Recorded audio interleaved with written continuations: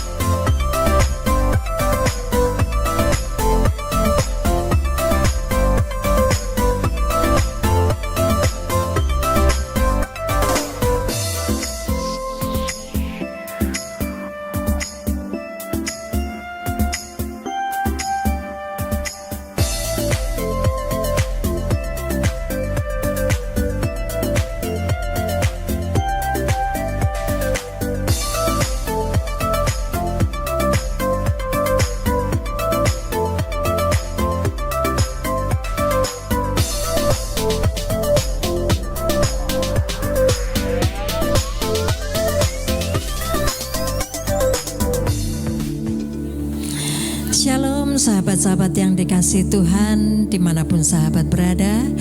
Senang sekali pagi hari ini kita bisa berjumpa kembali dalam program Selamat Pagi Sahabat. Saya percaya bahwa kita semua tentunya dalam keadaan sehat, sukacita, dan selalu berlimpah dengan kasih anugerah Tuhan. Baiklah, sebelum kita beraktivitas, mari bersama-sama kita mau datang kepada Tuhan. Kita mau bersyukur atas segala kebaikan-Nya. Tuhan, kembali pagi hari ini kami datang di hadapan hadirat Tuhan. Kami bersyukur Engkau sudah menyertai istirahat kami sepanjang malam. Kami boleh tidur dengan nyenyak. Pagi hari ini kami boleh bangun dalam keadaan yang baik. Terima kasih untuk nafas kehidupan yang Tuhan berikan bagi kami Tuhan.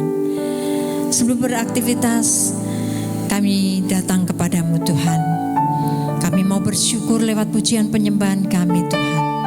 Karena Engkau Bapa yang begitu baik. Engkau sudah menyatakan kasih-Mu kepada kami Tuhan. Lewat pemeliharaan yang Kau berikan dalam setiap hidup kami. Terima kasih Tuhan. Terima kasih Yesus.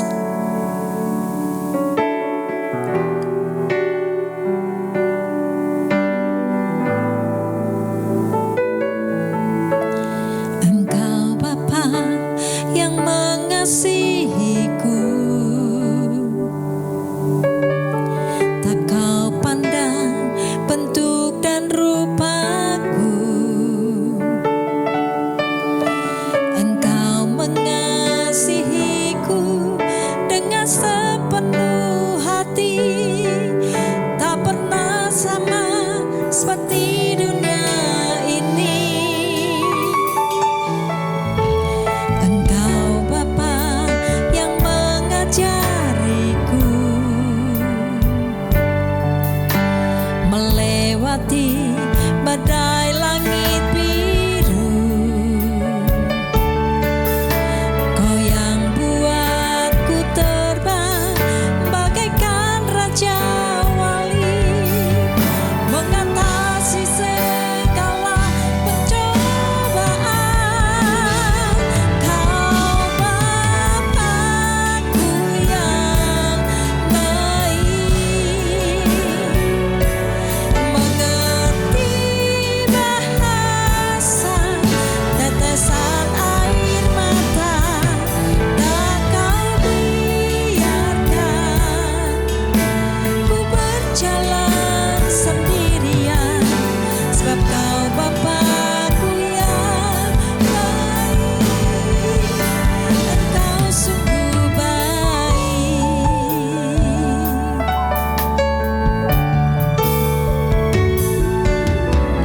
Engkau Bapa yang mengajariku melewati badai langit biru. Engkau yang buatku terbang bagaikan raja wali, mengatasi segala pencobaan.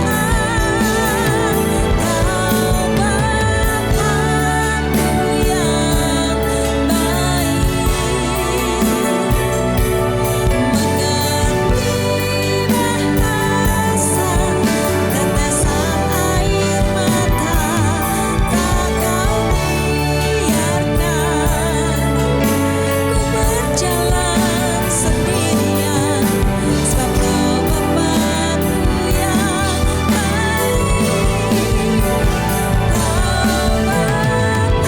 Bapakku yang baik, mengerti bahasa tetesan air mata, tak Kau biarkan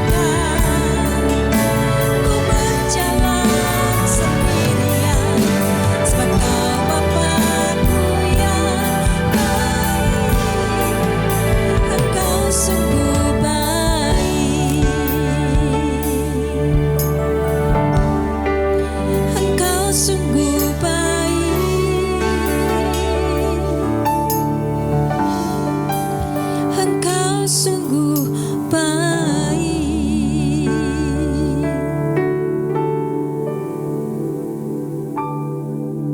Bapak, terima kasih untuk pagi hari ini Tuhan. Kami masuk ke hari Sabtu kedua dari minggu kedua ini Tuhan. Kami sungguh-sungguh bersukacita atas apa yang sudah Kau izinkan semuanya terjadi dalam kehidupan kami. Bapak, kami mengucap syukur bahwa hari ini Kau berikan kami hikmat yang baru, Kau berikan sukacita yang baru, kesembuhan yang selalu ada dalam kehidupan kami. Apapun yang Kau izinkan masuk dalam kehidupan kami Tuhan, entah itu tekanan, entah itu membuat kami banyak yang stres, tapi pagi ini Kau hadir Tuhan jadi penghibur yang luar biasa. Tuhan, terima kasih untuk semuanya. Kami sungguh-sungguh berdoa Tuhan, buat semua jemaat online. Selamat pagi sahabat. Dan pagi hari ini mungkin tubuhnya masih lemah Tuhan. Kau berikan kekuatan pagi hari ini. Kau berikan penghiburan Tuhan yang bagi yang susah. Kau berikan mujizat-Mu Tuhan, tangan-Mu terulur buat semua kami yang membutuhkan mujizat pagi hari ini. Sehingga kami semua yang lemah berkata, kami kuat.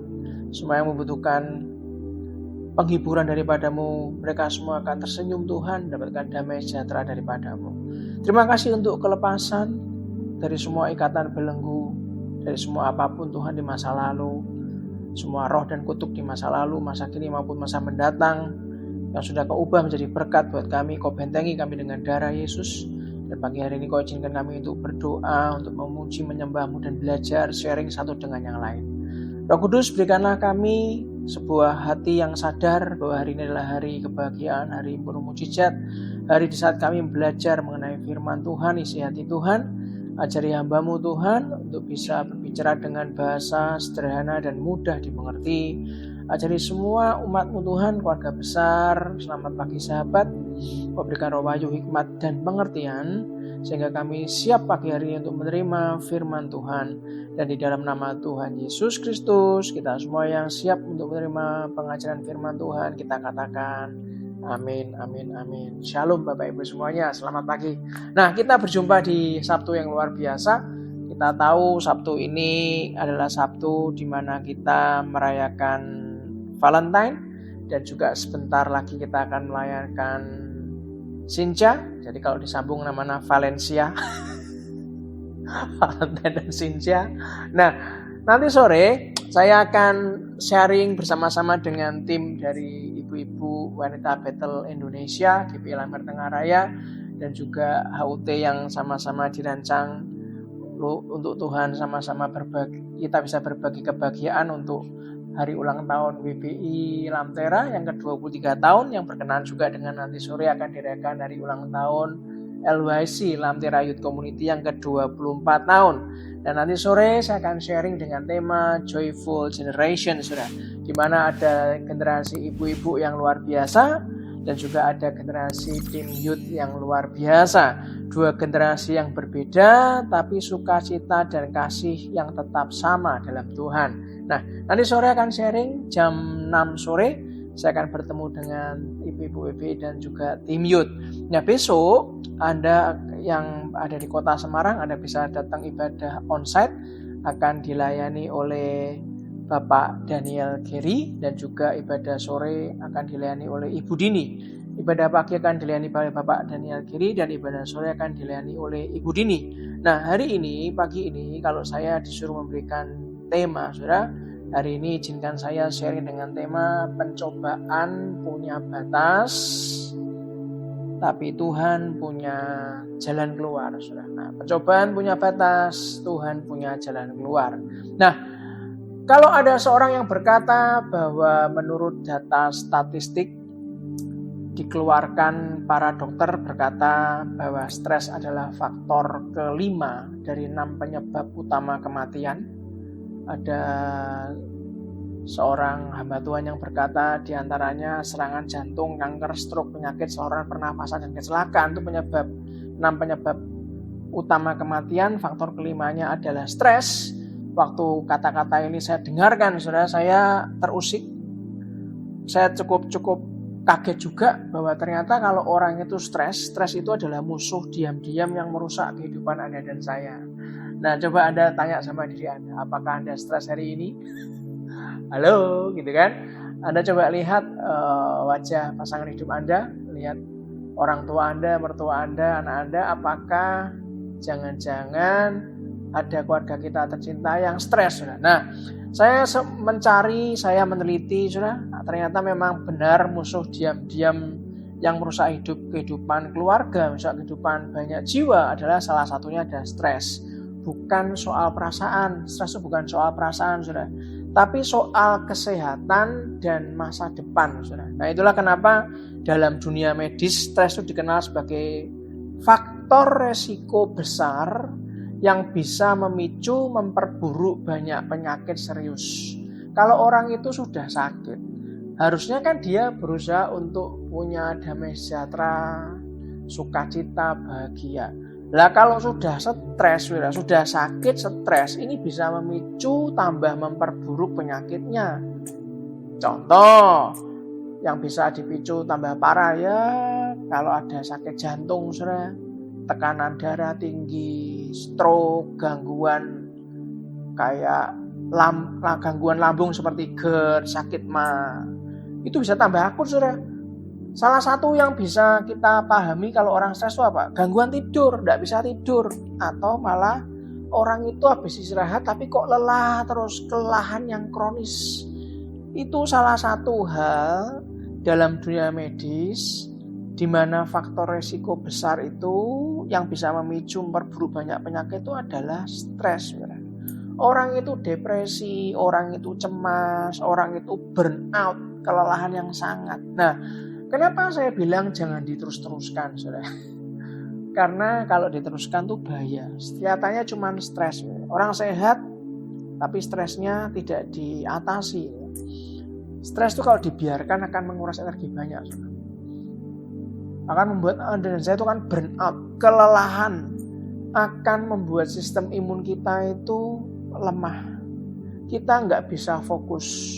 Kita akan punya produktivitas yang menurun. Kita lama-lama akan merusak relasi kita dengan anak kita. Merusak relasi kita dengan pasangan hidup kita. Merusak relasi dengan orang tua, mertua, dengan kolega, atasan, bawahan. Merusak relasi. Dan akhirnya Anda akan punya penurunan kualitas hidup. Itu berawal dari stres. Nah, itulah kenapa Amsal 17 ayat 22 ngomong gini.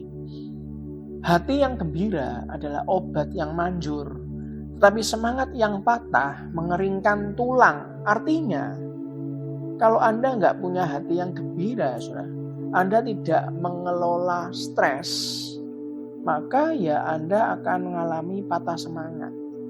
Anda akan mengalami tulang kering. Hidup tapi mengalami tulang kering. Itulah kenapa kita tuh harus butuh revival yang dari Tuhan. Itulah kenapa kalau Anda berusaha pagi hari ini diingatkan untuk kelola stres Anda, itu bukan untuk tanda bahwa kita lemah. Oh, berarti orang stres itu berarti orangnya lemah. Bukan, saudara.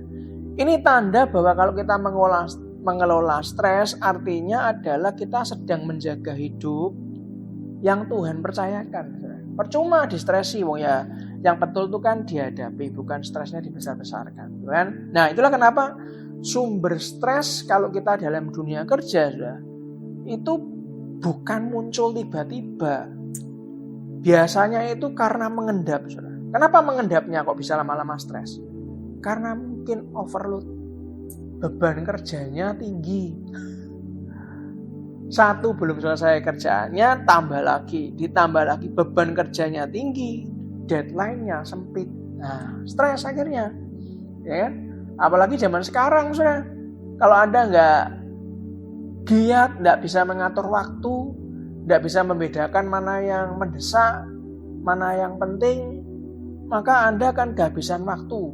Deadline-nya selesai, kerjaan belum selesai. Nah, ini contoh kalau kita bekerja, saudara ya. Apapun Anda bekerja di sekuler maupun Anda dalam pelayanan, kita ini kan semua dikejar oleh deadline, oleh waktu. Apalagi sih yang bisa membuat stres itu muncul tiba-tiba? Targetnya nggak jelas. Tiba-tiba tuntutan yang kita alami tiap hari itu bisa berubah dengan cepat. Switch-nya itu bisa berubah. Yang tadinya saya punya planning A, tiba-tiba ada informasi baru dan itu segera dirubah. Saya nggak bisa melakukan A kalau tidak melakukan B dan C. Oh, tegang, saudara. Tipe kepribadian kayak saya itu bukan tipe orang yang kerjanya bisa dadaan, saudara. Tipe kepribadian saya itu kerjanya teratur. Kalau ada yang mendadak tiba-tiba switch, saya masih jadi orang yang gampang panik, gampang stres. Itulah kenapa kalau Anda melihat setiap orang itu diproses sesuai dengan bebannya masing-masing, ya karena itu. Maka kenapa kita harus belajar untuk terus mendekat kepada Tuhan. Untuk kita tahu apa yang kita nggak mampu. Kita mulai belajar ngatasin diri kita. Itu akan banyak terjadi hal-hal di sekeliling kita. Kalau Anda di kantor, Anda bekerja dengan bos Anda akan mungkin mendapatkan banyak tekanan, banyak konflik, baik dari atasan, dari bawahan, dari rekan kerja gitu kan ya. Nanti kalau Anda sudah memberikan yang terbaik, Anda sudah melakukannya dengan prestasi, tapi Anda tidak dihargai, kurangnya penghargaan satu dengan yang lain, Anda tidak diakui, Anda tidak dianggap, karena mereka merasa sudah kewajiban kita. Jadi kalau bagus tuh ya sudah tuntutan. Lah kayak gitu tuh kalau Anda stres ya percuma sudah. Itulah kenapa kalau Anda sudah melakukan terbaik, ingat, kerja dan ibadah itu akar katanya sama, yaitu avoda atau aboda. Anda bekerja itu ya melayani Tuhan, Anda beribadah itu juga melayani Tuhan. Kalau melayani Tuhan, ya maka melayanilah Tuhan dengan sangat luar biasa yang terbaik. Saudara. Maka kalau Anda bekerja, memberikan yang terbaik, nggak diberikan penghargaan, ya nggak ada masalah. Karena kita akan melayani Tuhan. Sehingga Tuhan yang akan memberikan kita sukacitanya. Dan kita melayani dengan sukacita tanpa hitung-hitungan karena kita melayani Tuhan. Saudara. Maka Tuhan yang memberikan hasilnya kepada hati kita. Yang setuju katakan, yes. Itulah kenapa kalau Anda bisa mengelola stres kita, mengelola stres Anda dan saya, membantu mengelola stres anak Anda, membantu mengelola stres pasangan hidup Anda, membantu mengelola stres orang tua, mertua, kolega kita, Anda membantu mengelola. Artinya supaya mereka tidak masuk kepada jebakan-jebakan yang membuat mereka itu kelelahan sangat. Anda akan dibuat Tuhan untuk punya multitasking, multitalenta yang terus-menerus. Lama-lama Anda bisa bekerja dengan banyak hal, banyak macam, banyak tuntutan tanpa jeda, tanpa stres. Itu yang luar biasa, bukan? Nah, itulah kenapa terlalu banyak pikiran kalau Anda tidak kontrol, ya Anda akan stres. Nah, banyak orang sebagai orang Kristen yang harus mengerti bahwa dunia ini lebih ditentukan sebetulnya terjadi sebelum terjadi di jasmani, dalam kenyataan mata, terlihat mata. Sebelum terlihat mata itu bisa ditentukan dan selalu ditentukan oleh sesuatu yang tidak terlihat, saudara. Dari dunia roh, dari alam roh. Dunia ini lebih ditentukan oleh dunia roh, yang rohani dibandingkan yang jasmani, daripada yang jasmani. Nah, kalau kita ngerti bahwa dibalik kecemasan, ketakutan, stres, depresi, itu ada kuasa gelap yang bekerja dalam hidup seseorang, maka kita harus ngerti.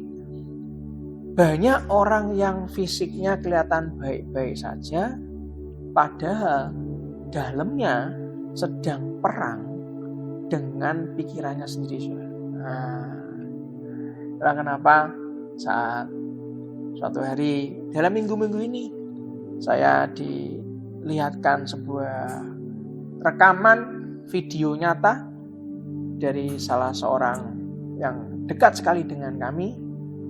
Dia menunjukkan ada benda yang di lemari itu diam, bendanya diam, saudara. Orang ini nggak bisa tidur dan dia terusik dengan benda ini, saudara. Dia video benda ini. Benda itu bisa bergerak, saudara. Terus benda ini jatuh.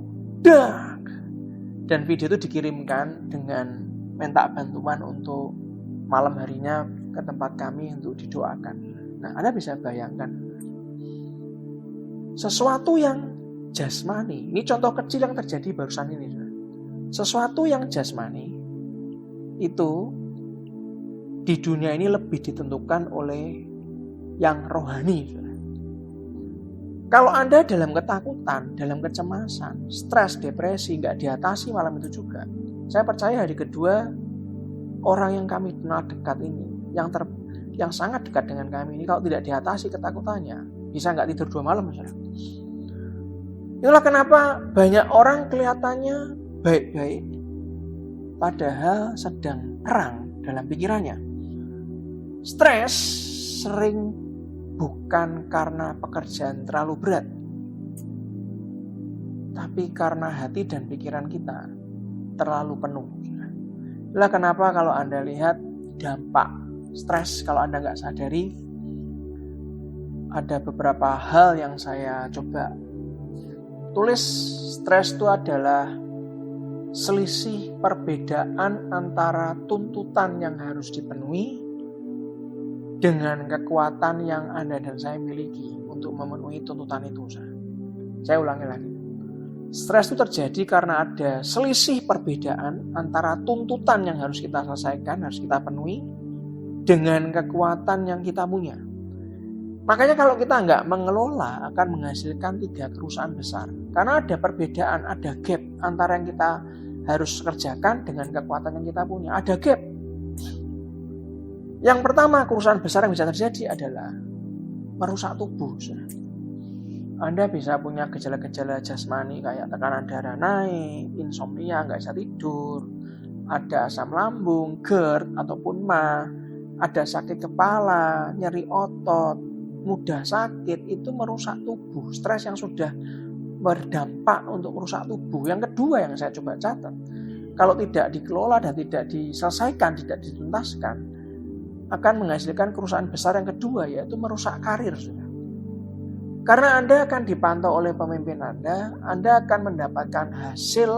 Kalau Anda seorang pengusaha, seorang yang wirausaha, buka usaha sendiri, performa Anda menurun. Kalau performa menurun, maka orang lain akan melihat, loh, kok kualitasnya turun?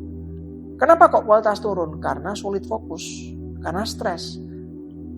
Emosinya nggak stabil. Jangan-jangan customer kita malah kita marah-marahi.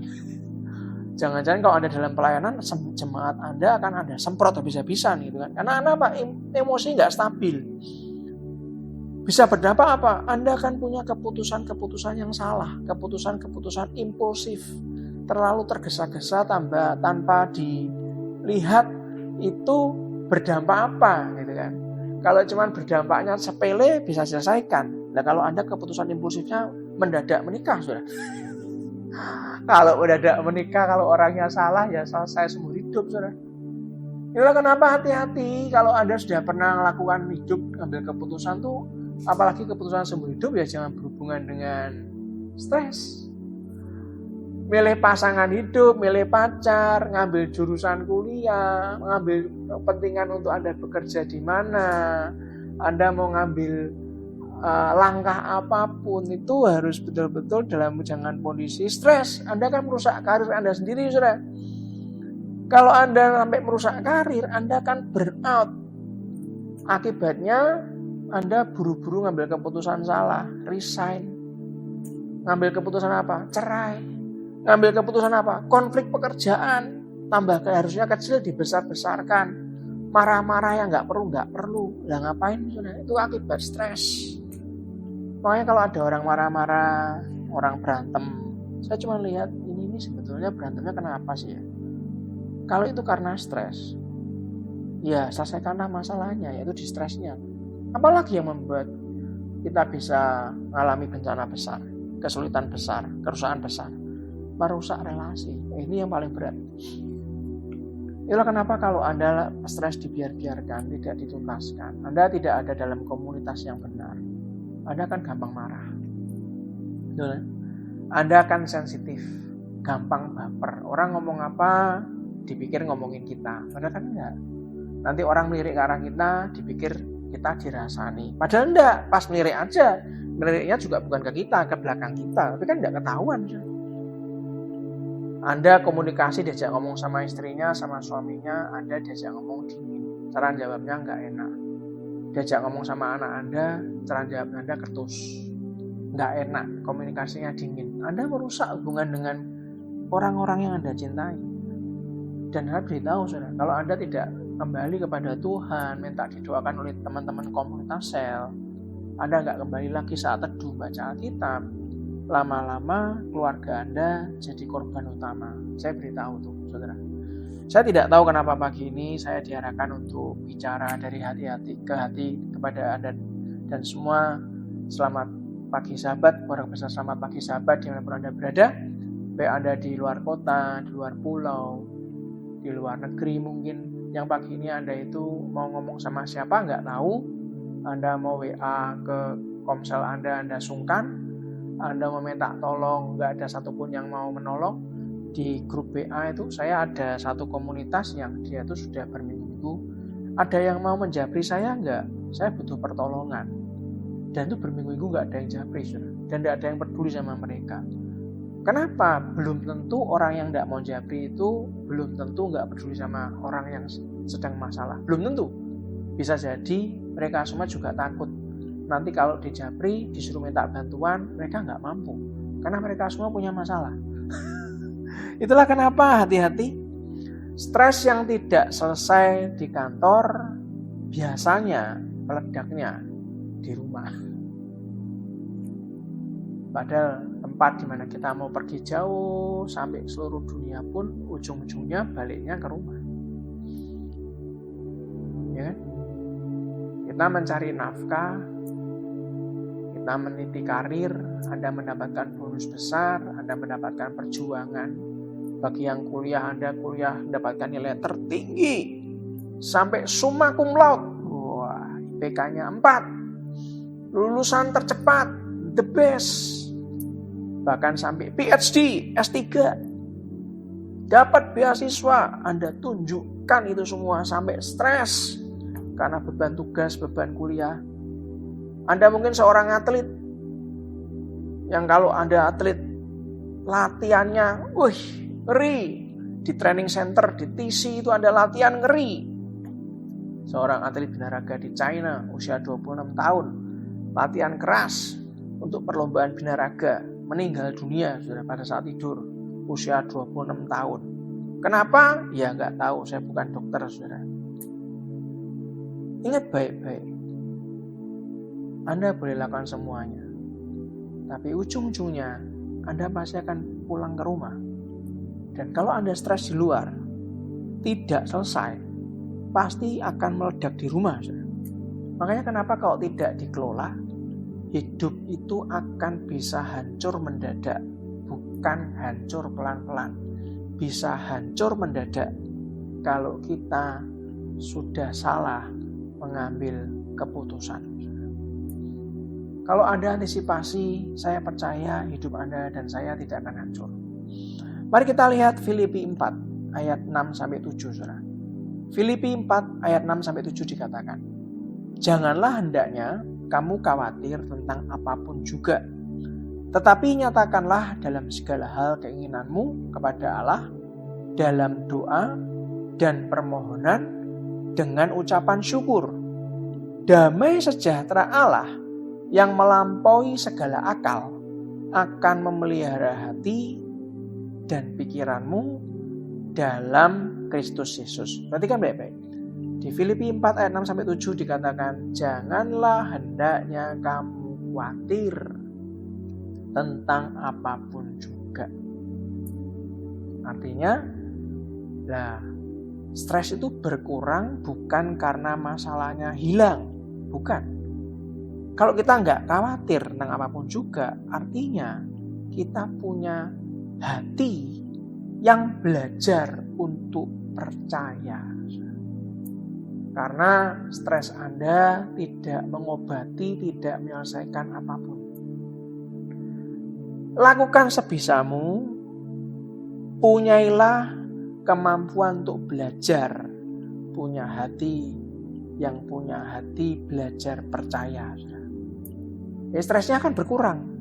Bukan karena masalahnya hilang. Gunungnya mungkin belum beranjak. Masalahnya belum selesai. Tapi hati kepercayaan pada Tuhan itu bertumbuh terus sehingga stresnya hilang. Jadi kalau hari ini, pagi ini Anda diizinkan di minggu kedua bulan Februari ini, Anda merasa sinyal-sinyalnya kok aku tertekan ya. Stres itu sebuah sinyal, bukan untuk ditahan, bukan untuk dipungkiri, tapi untuk ditangani. Saya kalau stres selalu ngomong belak-belakan sama anak dan istri saya. Tolong doain ya, saya tuh tiba-tiba kemrungsung, stres. Dan istri saya dengan lembut, anak saya selalu berkata, Papa mikirnya apa? Semua saya omongkan, A, B, C. Nanti kalau Papa melakukan ini, efeknya kan begini kan. Kalau Papa melakukan ini kan efeknya bakal begini. Mama tuh tertekan, serba salah kita ini. Wah, didengarkan di mobil, di rumah, istri saya, anak saya, keluarga saya, ipar saya. Kami itu anggota komunitas LGB Lamber Tengah Raya semua. Mereka tuh menyediakan hati untuk kita tuh saling mengisi satu dengan yang lain. Ya kenapa kalau saya aja berkomunitas sel? Anda membutuhkan anggota komsel lain. Ada beberapa prinsip kebenaran firman Tuhan untuk kita tuh percaya bahwa pencobaan itu punya batas. Tidak mungkin stres kok terus-terusan. Tidak mungkin diuji kalau kita ujian di kelas. Masa ujian kok bertahun-tahun? Nggak mungkin, sudah paling 2 minggu, 3 minggu. Kan? Kenapa diuji Pak? Lah ya jelas lah. Coba Anda coba pikirkan ya, kalau anak Anda ya, Anda belajar sekolah anak Anda toh, tapi nggak pernah tes. Kalau sampai nggak pernah tes, keluar nilainya tanpa tes, ya berarti kan yang dicek cuma kelakuan. Kemampuannya belajar kan nggak dites berarti kan. Pasti ada tesnya, nggak mungkin enggak. Betul ya. Itulah kenapa ada beberapa prinsip kebenaran bahwa pencobaan itu punya batas. Dan percayalah, Tuhan selalu punya jalan keluar. Firman Tuhan untuk mengatasi stres dan tekanan hidup itu ada, saudara. Dan itu ada prinsipnya yang pagi ini saya mau sharing ke Anda. Yang pertama, Tuhan tidak akan memberikan kita pencobaan yang melampaui kekuatan Dia, bukan kekuatan kita. Masa Pak? Mari kita lihat 1 Korintus 10 ayat 13. Pencobaan-pencobaan yang kamu alami ialah pencobaan-pencobaan biasa yang tidak melebihi kekuatan manusia. Berarti pencobaan yang dialami manusia itu pencobaan biasa atau luar biasa, saudara? Biasa kan? Nah, sebab Allah setia. Dan karena itu, Ia tidak akan membiarkan kamu dicobai melampaui kekuatanmu. Pada waktu kamu dicobai, Ia akan memberikan kepadamu, siapa saudara? Ia. Tuhan akan memberikan kepadamu jalan keluar, sehingga kamu dapat menanggungnya. Jadi pencobaan itu punya batas. Dan kalau di luar batas kita, Tuhan punya jalan keluar. Karena dikatakan pada waktu kamu dicobai, Ia, Tuhan, akan memberikan kepada kita, kepadamu, jalan keluar, sehingga kamu dapat menanggungnya. Dari ayat sini yang barusan kita baca, saya membuat sebuah gambaran yang saya catat. Ada 2 jenis pencobaan, saudara. Yang pertama adalah pencobaan yang biasa, yang tidak melebihi kekuatan manusia. Ingat, ini adalah pencobaan biasa, saudara ya. Tapi perhatikan baik-baik. Yang kedua adalah pencobaan yang luar biasa, yang tidak melebihi kekuatan Tuhan. Anda pasti diam begini, kok baru hari ini ya saya tahu ya. Nah, pencobaan yang pertama yang saya sebutkan tadi, pencobaan yang biasa, yang tidak melebihi kekuatan manusia adalah jenis pencobaan yang tidak akan membuat Anda menjadi takut karena biasa. Anda pernah orang ngomong gini gak? Gimana tadi tesnya? Biasa mah. Biasa aja. Gimana tadi wawancaranya? Ya biasalah. Tanya-tanya cuman gitu. Itu biasa. Gak jadi takut, saudara. Gak jadi khawatir. Tidak membuat stres. Sebab pencobaan yang pertama tidak melebihi kekuatan manusia. Kita bisa selesaikan sesuai kemampuan dan kekuatan Anda. Apakah sampai di sini Anda dan saya bisa memahami dengan jelas? Saya harap, saya berdoa pagi hari ini Anda mulai paham. Saya pun belajar, saudara. Saya yang sharing, saya ngalami banyak hal. Sehingga saya men-sharingkan apa yang saya alami. Nah, tapi ingat baik-baik. Ada pencobaan, jenis pencobaan yang kedua. Pencobaan yang luar biasa, yang tidak melebihi kekuatan Tuhan, saudara.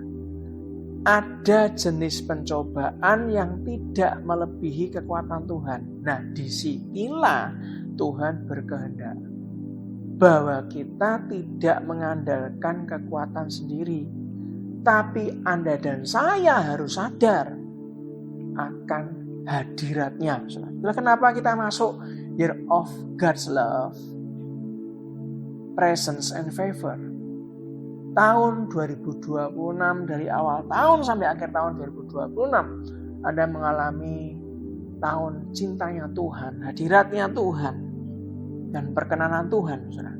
Kita harus menguatkan kepercayaan kita kepada Tuhan, supaya kita bisa menjadikan Tuhan Yesus Kristus sebagai penolong dan penasehat kita. Saudara. Tuhan punya rute jalan keluar. Ulangi lagi kata-kata saya. Tulis di live chat, tulis di kolom komen. Tuhan punya rute jalan keluar yang diplot untuk setiap pencobaan dan pergumulan hidup kita. Tuhan akan selalu menyertai kita untuk membimbing kita di sepanjang jalan hidup kita. Yang setuju katakan yes, yang setuju katakan terima kasih Tuhan, yang setuju katakan amin. Amin, saudara. Amin. Kita harus menguatkan kepercayaan kita kepada Tuhan, supaya kita tuh menjadikan Tuhan Yesus itu sebagai penolong dan penasehat. Kalau enggak, bisa gila kita mengatasi masalah yang terlalu berat, saudara.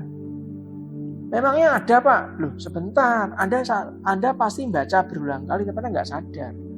Percobaan yang kedua yang di luar kemampuan manusia, tapi juga masih dalam kemampuan Tuhan, saudara. Anda coba ingat baik-baik. Dalam kitab Ayub, kita melihat ada pencobaan yang benar-benar melampaui kekuatan manusia. Ayub, Alkitab menulis, adalah orang yang saleh. Betul, saudara? Betul ya? Ayub itu orang saleh, tapi dalam satu hari, maaf, saya ulangi saudara, mohon maaf saudara. Cuman dalam satu hari, Ayub kehilangan seluruh hartanya dan mendengarkan kabar yang paling mengerikan. Apa kabar yang paling mengerikan? 10 anaknya mati, tertimpa rumah roboh. Siapa yang anaknya pernah punya anak 10, dan yang paling hebat 10-10-nya mati, tertimpa rumah roboh. Saudara. Anda bisa baca di Ayub pasal pertama ayat 13-19. Saya saja di posisi Ayub belum tentu mampu. Ini di luar kemampuan manusia, saudara. Padahal sebelumnya Ayub punya 7 anak laki-laki, 3 anak perempuan. Di Ayub pasal pertama ayat 2, saudara. Belum selesai berduka. Loh, siapa yang pernah kehilangan orang yang kita cintai? Loh, enggak gampang kehilangan tuh belum kehilang masa dukanya, saudara.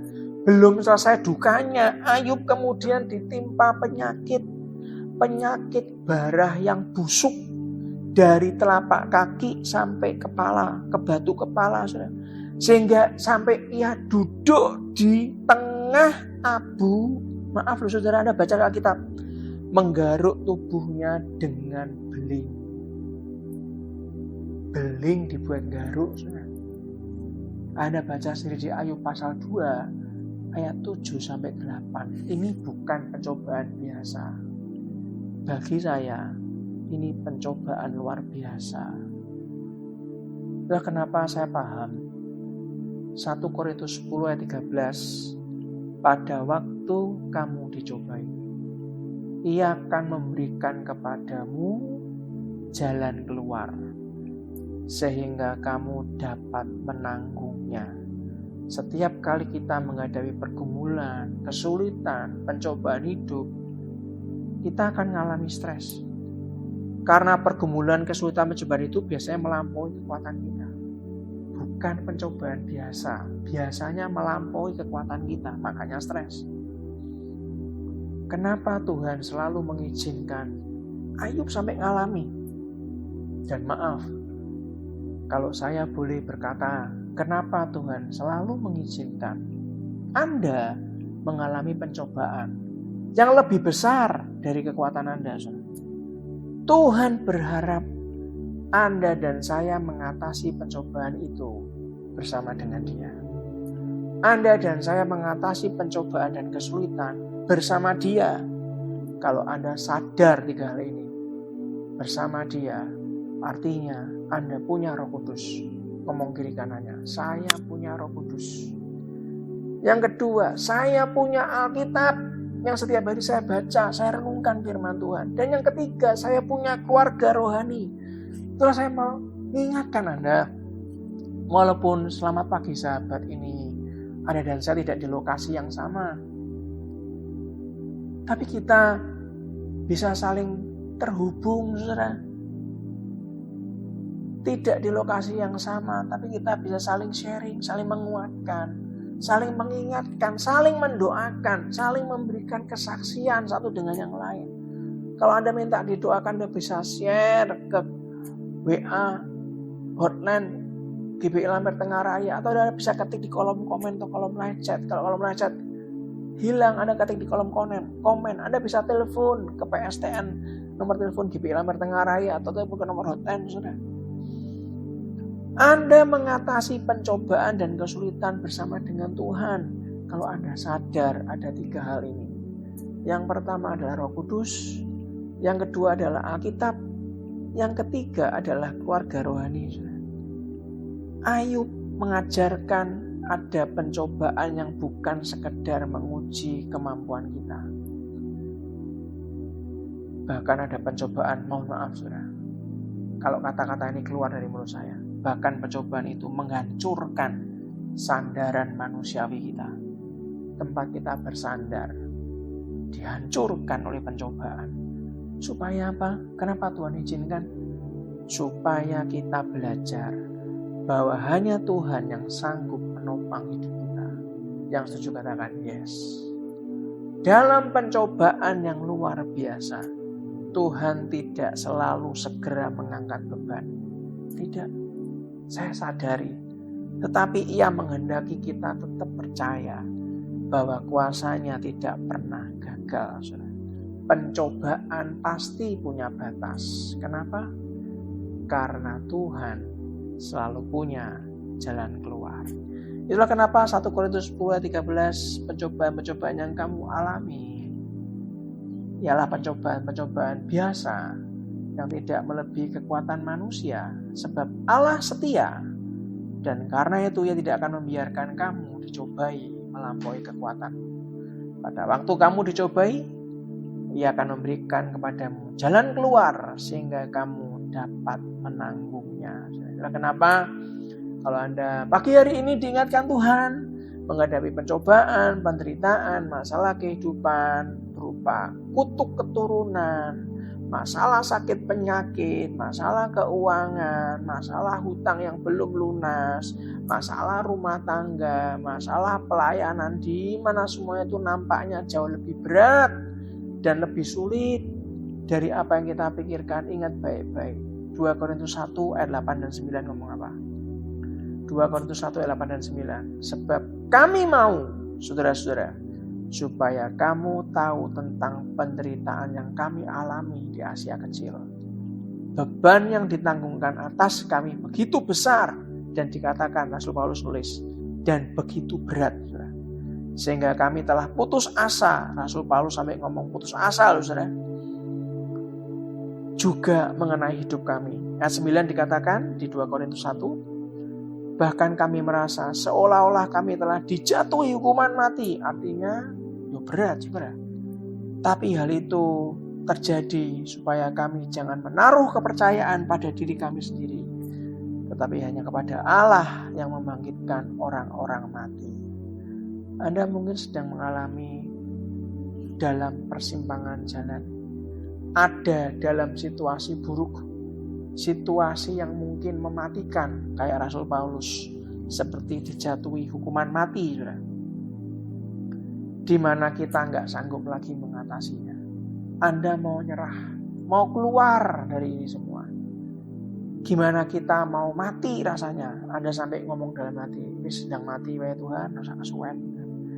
Mau bunuh diri takut dosa.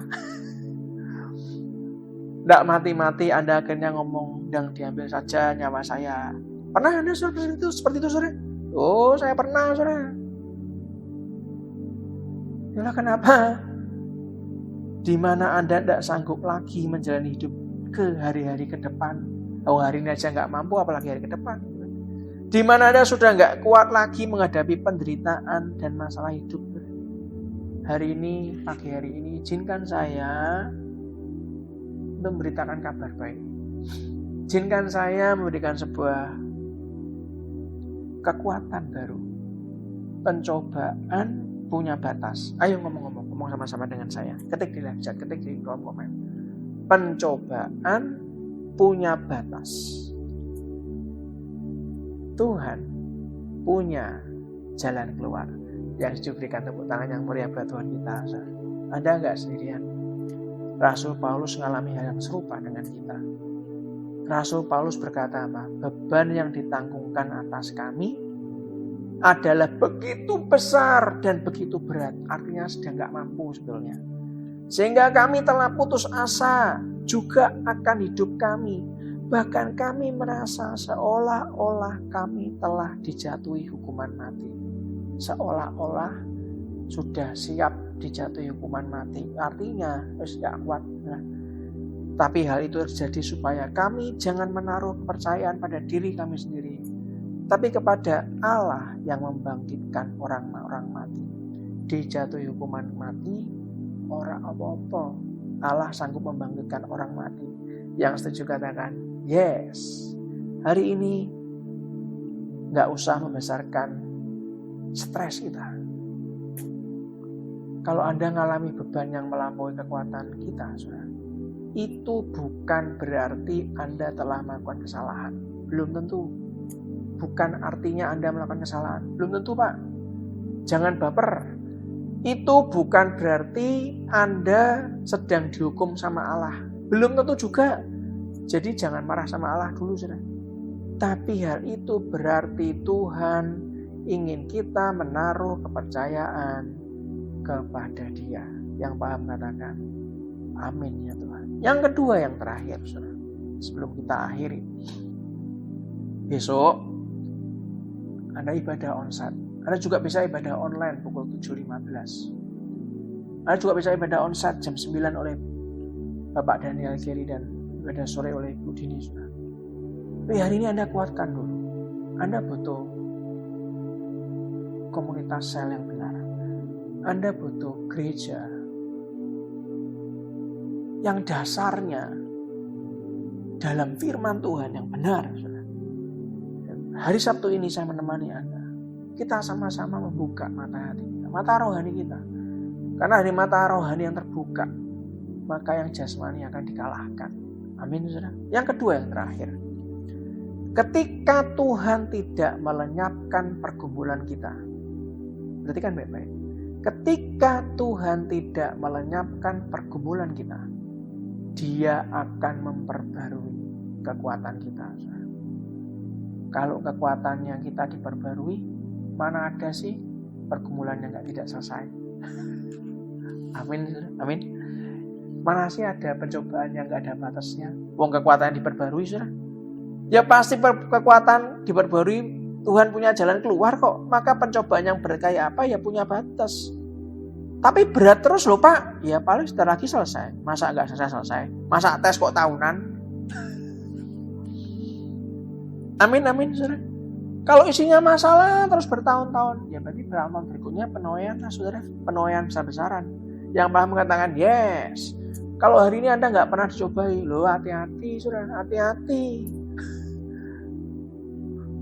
Kalau saya lihat orang yang sombong, disuruh pelayanan nggak mau, suruh gereja nggak mau, cara ngomongnya gemede, saya cuma pengen ketawa, tapi saya belum tahu kamu. Kalau kamu belum menerima pergumulan apapun, hati-hati, saudara. Sebentar lagi, saudara. Tidak ada Tuhan mengizinkan umatnya tidak bertumbuh, itu tidak mungkin. Lah wong Anda nyekolahkan anak bayar mahal-mahal aja ada tesnya kok. Masa Anda jadi orang tua nggak pernah tes?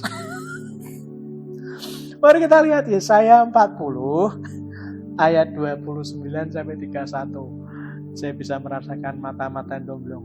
Waduh. Tidak apa-apa, saudara, tidak apa-apa. Ya, hari ini kita saling mengingatkan. Jangan baper, tidak perlu baper ya.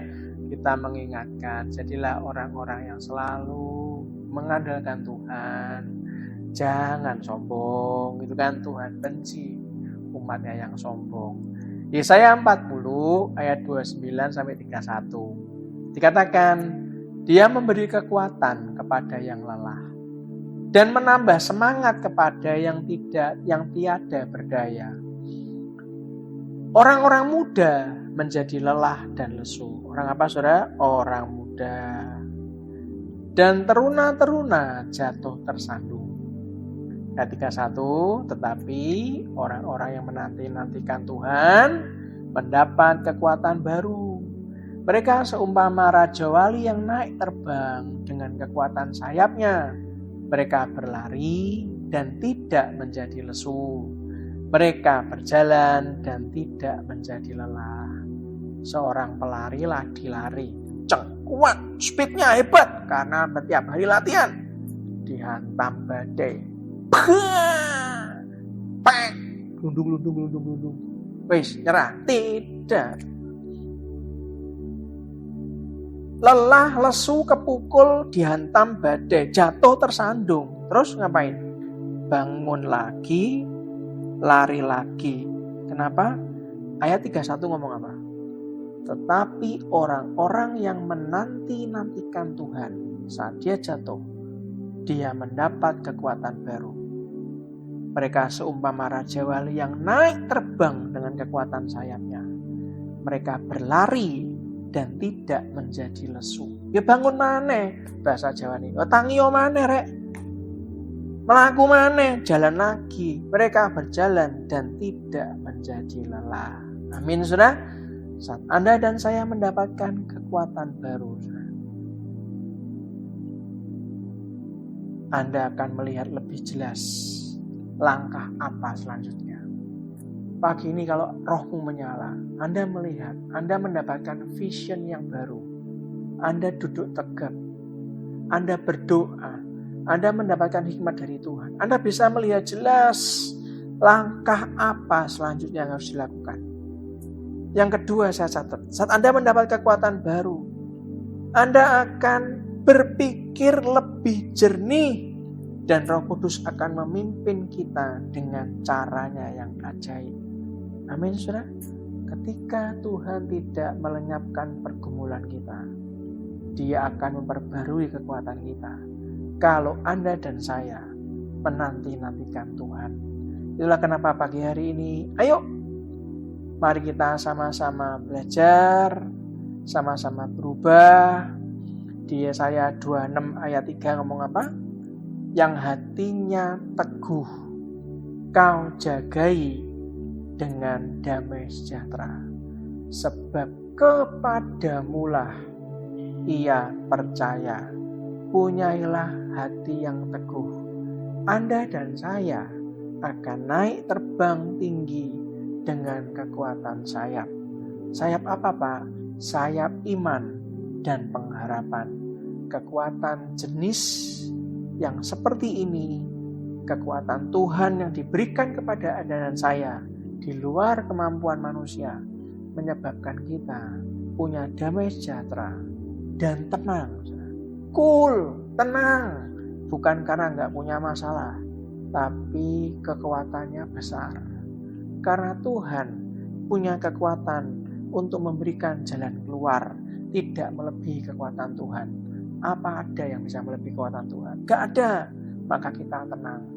Kekuatan yang kayak gini menyebabkan Anda dan saya mampu melihat mujizat, mampu melihat terobosan, mampu melihat berkat-berkatnya dilimpahkan dalam hidup kita melalui goncangan-goncangan besar badai kehidupan. Kalau banyak orang menyerah, justru Anda tidak menyerah. Justru kekuatan orang-orang muda tidak cukup untuk membawa mereka sampai kepada destiny, kepada masa depannya. Karena bukan kekuatan orang-orang muda yang dibutuhkan, tapi kekuatan Tuhan. Kekuatan taruna-taruna tidak cukup untuk mengatasi pencobaan hidup, karena itu masih kekuatan manusia. Tapi kalau Anda walaupun sudah senior, Anda sudah berusia 80 tahun, 70 tahun, Anda sudah mungkin diizinkan Tuhan punya usia 90 tahun, dapat bonusnya banyak. Tapi karena kekuatan Anda yang menanti-nantikan Tuhan, Anda punya kekuatan melampaui kekuatan orang-orang muda, melampaui kekuatan teruna-teruna. Karena Tuhan akan memberikan kekuatan sayapnya, sehingga Anda dan saya bisa terbang tinggi, mengatasi angin badai dalam kehidupan Anda dan saya. Itulah kenapa pagi hari ini, kalau kita diizinkan membuat sebuah ringkasan apa yang kita pelajari pagi hari ini, kita adalah orang yang menanti-nantikan Tuhan. Pencobaan punya batas, Tuhan punya jalan keluar. Apabila apa? Yang pertama, kita menyerahkan hidup kita dan menyerahkan kehendak kita kepada Dia. Yang kedua, kita berusaha untuk belajar dari Tuhan Yesus, belajar dari teladan kehidupannya, dan belajar dari perkataan firman-Nya. Dan yang ketiga, Anda kenali kuasa Roh Kudus ada dalam diri kita. Amin, saudara. Untuk Alkitabmu, mari kita sama-sama menaikkan satu pujian. Bersyukur kepada Tuhan, kita sudah menerima berkat firman yang disampaikan oleh hamba-Nya. Biarlah setiap firman-Nya boleh memberikan kekuatan, memberikan pengharapan dan sukacita di dalam setiap kehidupan kita. Bapa, Kau setia. Bapa, Kau mulia. Tenanglah jiwaku, aman bersamamu.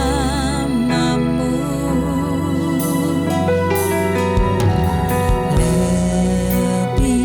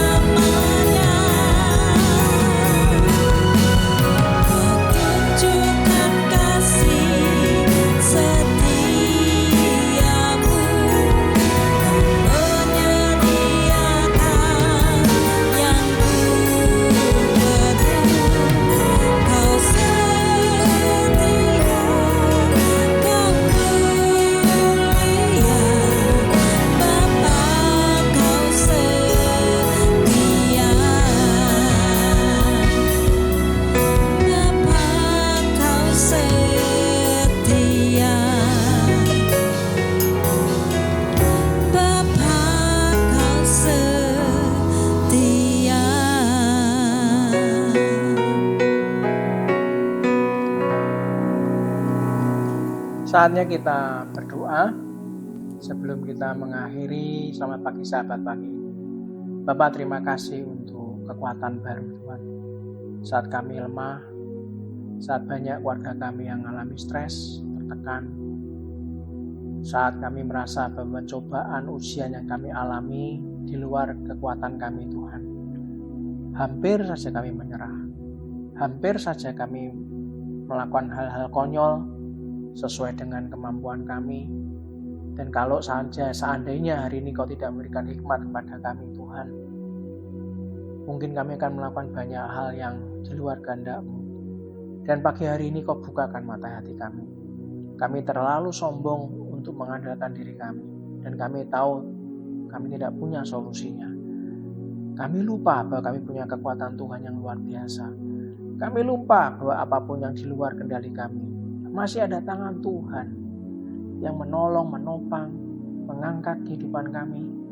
Dan kami pagi hari ini Tuhan, kami sadar saat kami punya orang-orang, teman, sahabat, kolega, teman komsel, teman-teman yang kami beberapa kali curhat kepada kami, dan kami hanya bisa membantu doa, dan kami tahu teman-teman kami mengalami pencobaan yang tidak biasa. Hari ini kami tahu caranya. Hari ini kami tahu solusinya Tuhan. Biarlah pelayanan kami pagi hari ini adalah kami mau mendatangi orang-orang itu. Bahkan kalau kami tidak pandai berbicara, tidak fasih berbicara, dan kami belum dibekali oleh firman yang kuat, kami tidak hafal firman-Nya, kami bisa share YouTube GPI Lampir Tengah Raya Selamat Pagi Sahabat Pagi untuk kami sama-sama dengarkan dengan teman kami, dengan sahabat kami. Sama-sama dengarkan, kami putar ulang lagi apa yang kami belajar pagi hari ini, untuk sama-sama didengarkan pada orang-orang membutuhkan. Saya akan dampingi Tuhan untuk orang yang membutuhkan, sehingga mereka akan punya kekuatan baru. Sehingga apa yang membuat kami terpuruk, justru pagi ini Kau buat kami bisa naik terbang tinggi seperti Raja Wali, seperti seorang atlet yang jatuh kena pukulan, hantaman, rintangan. Tapi Kau izinkan punya kekuatan baru untuk kami sanggup berdiri lagi, berjalan lagi, berlari lagi. Bahkan pagi hari ini Tuhan, setelah kami mendengarkan bersama-sama renungan sama pagi sahabat pagi hari ini Tuhan, sebelum kami beribadah besok pagi Tuhan, Kau izinkan kami untuk bangkit sekali lagi bersama dengan Tuhan, dengan kami akan dengan jelas melihat tuntunan-Mu langkah demi langkah untuk hari ini dan ke depan. Terima kasih untuk pengampunan-Mu, terima kasih untuk hikmat-Mu, terima kasih untuk lawatan-Mu. Kami tahu Tuhan, dalam hidup kami Engkau bukan sekedar juru selamat, Engkaulah sebuah jalan, dan Engkaulah sebuah kebenaran dan kehidupan dalam kehidupan kami. Di mana percobaan yang melebihi kami, Engkau hadir dengan kekuatan-Mu yang tidak pernah melebihi kekuatan Allah. Di dalam nama Yesus, biarlah pagi hari ini sebelum kita akhiri, angkat kedua tangan kita dan kita aminkan doa berkat ini. Tuhan memberkati engkau dan melindungi engkau. Tuhan menyinari engkau dengan wajah-Nya dan beri engkau kasih karunia. Tuhan menghadapkan wajah-Nya kepadamu dan memberi engkau damai sejahtera. Dengan kepala-Nya Ia akan menudungi engkau. Di bawah sayap-Nya engkau akan berlindung. Kesetiaannya ialah perisai dan pagar tembok. Engkau tidak usah takut terhadap kedahsyatan malam, terhadap panah yang terbang di waktu siang, terhadap penyakit sampar yang berjalan dalam gelap, terhadap penyakit menular yang mengamuk di waktu petang. Walau 1000 orang rebah di sisimu dan 10.000 di sebelah kananmu, tetapi itu tidak akan menimpa kita di dalam nama Tuhan Yesus Kristus. Diberkatilah rumah tanggamu, diberkatilah keluargamu, diberkatilah kesehatanmu, diberkatilah usahamu, diberkatilah pekerjaanmu, diberkatilah studimu, diberkati dan dijawab segala pergumulanmu. Diberkatilah setiap langkahmu, kemanapun kita keluar dan masuk, pergi dan pulang, mendapatkan perlindungan dari Allah yang Maha Tinggi. Biarlah kebenaran menjadi barisan depan kita dan kemuliaan Allah menjadi barisan belakang kita. Biarlah berkat dari Allah Bapa, Putra, dan Roh Kudus menyertai kita semuanya dari hari ini sampai Tuhan Yesus Kristus datang kedua kali. Dan kita semua yang percaya, yang diberikan kekuatan yang baru oleh Tuhan, diberikan hikmat yang baru, sukacita baru, hari yang luar biasa, hari penuh ucapan syukur, disembuhkan dari semua kelemahan dan kesakitan kita, dan diberkati, katakan dengan iman. Amin, amin, amin. Salam sayang saya buat keluarga Anda di rumah. Sampai ketemu lagi. Besok Anda akan dilayani oleh Bapak Daniel Giri dan Ibu Dini. Dan saya percaya sesuatu yang terus Anda renungkan, Anda berjalan bersama Tuhan, Anda renungkan firman Tuhan pagi, siang, dan malam.